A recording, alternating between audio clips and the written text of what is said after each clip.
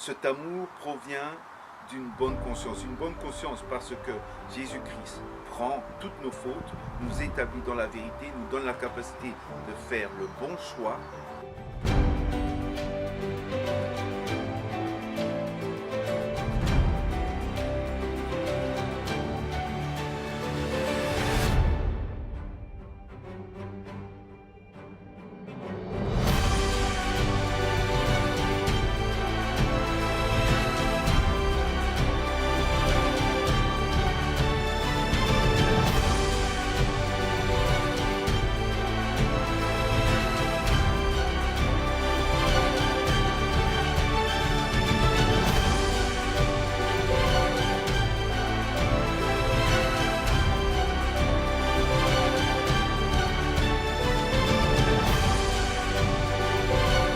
Salut et bienvenue à notre émission Vivement le message du dimanche. Nous continuons notre thématique des WhatsApp de Paul à Tim en cette journée ensoleillée. Et nous allons voir que Paul, quand il envoyait ses WhatsApp à Tim, il lui a fait comprendre qu'il était son fils légitime dans la foi. Ça veut dire que Paul a eu une influence probablement une influence sur le parcours de Tim jusqu'à la connaissance de la foi, sa progression aussi dans la foi. Et il est intéressant de voir que Paul lui-même mentionne aussi un peu plus loin que la mère et la grand-mère de Tim ont elles aussi eu une influence dans son parcours vers ce message du salut en Jésus-Christ. Ceci nous confirme que notre entourage peut avoir une influence sur notre parcours dans la foi.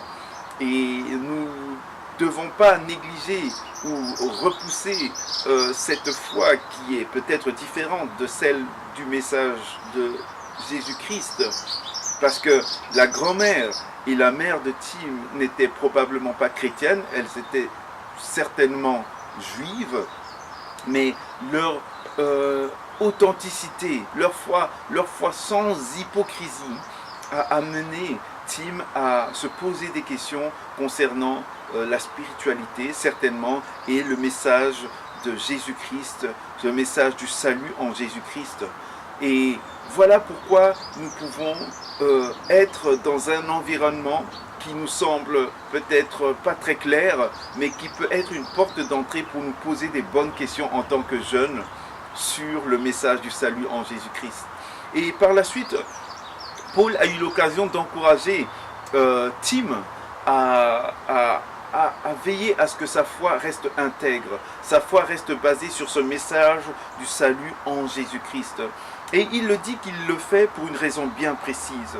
Et je vais lire ici au verset 5 du chapitre 1, le but du commandement, le but de cette recommandation, c'est une charité venant d'un cœur pur, d'une bonne conscience et d'une foi sincère.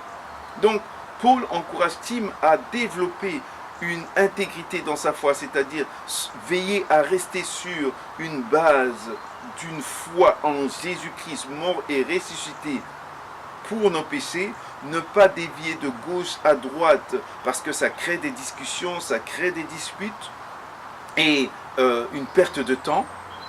Il le dit qu'il est important de veiller à cela parce que ça nous permet de garder un amour venant d'un cœur pur et une bonne conscience et une foi sincère. Ceci est très important pour la jeunesse et pour les moins jeunes aussi, de savoir que l'amour est le principe le plus important dans ce message de salut. L'amour qui est basé aussi sur une bonne conscience. Et là, on peut parler de bonne conscience dans la capacité de faire les bons choix. Et j'irai même un peu plus loin, parce que la bonne conscience, c'est pouvoir se dire aussi, j'ai fait le bon choix et je n'ai plus rien à me reprocher.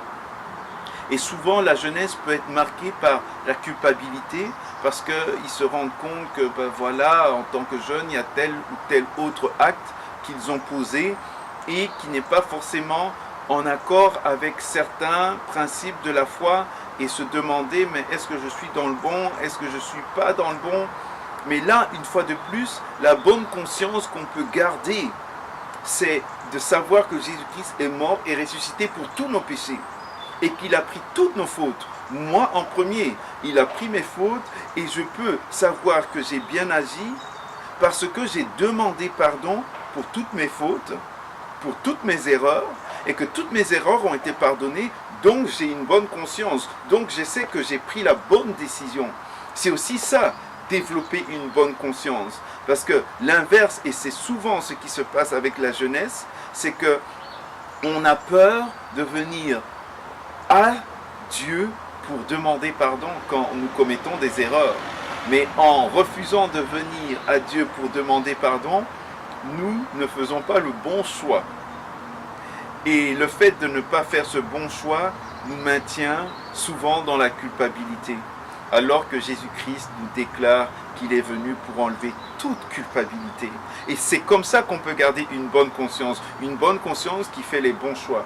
Et les bons choix, dans ce sens, nous permettront de ne plus recommettre des actes qui, finalement, nous savons, ne sont pas en accord avec les principes d'amour de la parole de Dieu. Et même si nous savons qu'une autre fois nous avons recommis cette erreur, nous savons que Dieu nous donne encore la possibilité de lui demander pardon. Et nous pouvons encore prendre cette opportunité pour décider de marcher selon les principes d'amour pour notre Seigneur et pour notre prochain.